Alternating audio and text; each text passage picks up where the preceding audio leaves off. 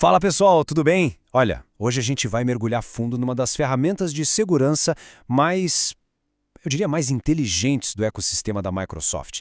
Então, se o seu dia a dia envolve gestão de identidade, de acesso, pode ter certeza, esse papo aqui é para você. Então, vamos começar direto com a pergunta que está no centro de tudo. Pensa só comigo. Todo login gera um monte de sinais, né? Quem é a pessoa, de onde ela está acessando, qual dispositivo ela está usando. Agora, a pergunta de $1 milhão. Qual é a ferramenta da Microsoft que pega toda essa informação e a usa para tomar decisões de segurança, assim, em tempo real? E a resposta é acesso condicional, em inglês, Conditional Access. É basicamente o cérebro, o maestro por trás de toda a segurança de identidade moderna lá no Azure. E é exatamente isso que a gente vai desvendar hoje. Como essa peça funciona.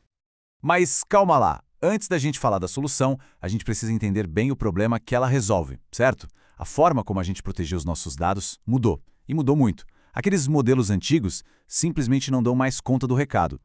Pensa assim, antigamente a segurança era tipo um castelo com um fosso em volta. Se você estava dentro da rede da empresa, era considerado confiável. Se estava fora, não era. Simples assim.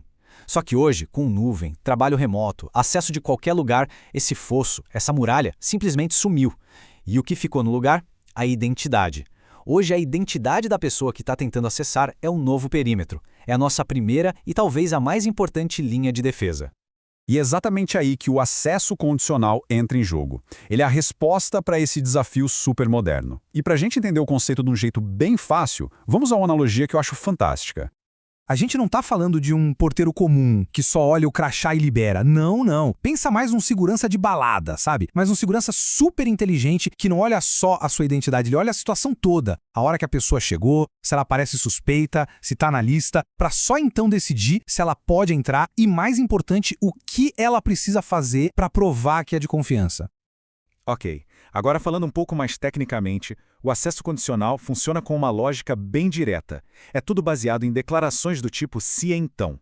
Ou seja, se um monte de condições forem verdadeiras, então uma ação específica é executada.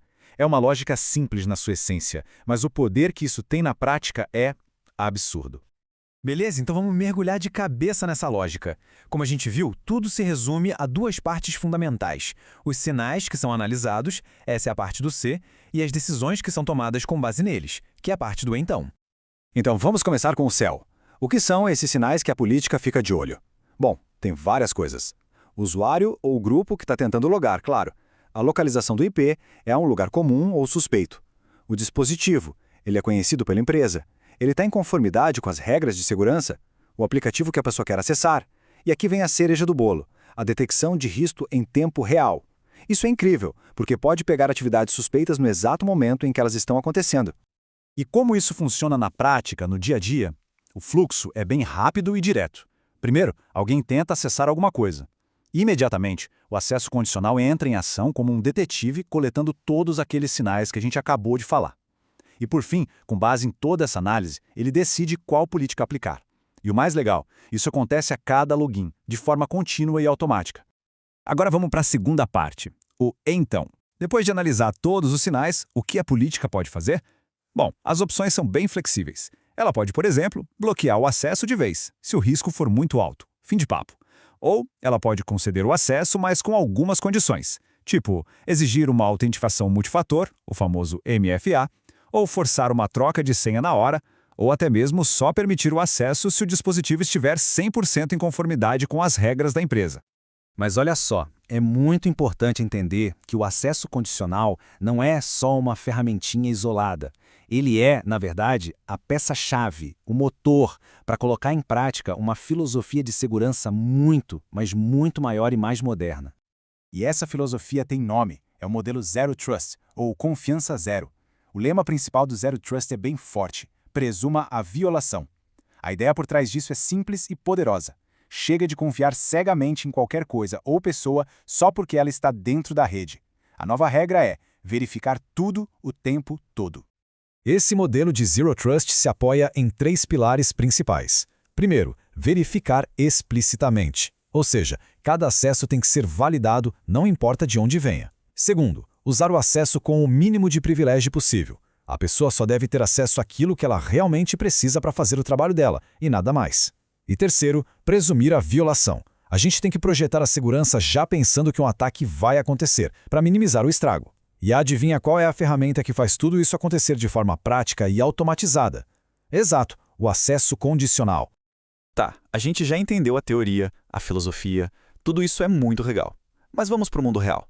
O que é preciso na prática para implementar esse nível de segurança numa organização? Bom, e aqui a gente chega num ponto super importante: licenciamento. Para poder usar o acesso condicional, não é qualquer licença que serve. É preciso ter um licenciamento específico. Geralmente estamos falando das licenças Microsoft Entra ID Premium, seja P1 ou AP2.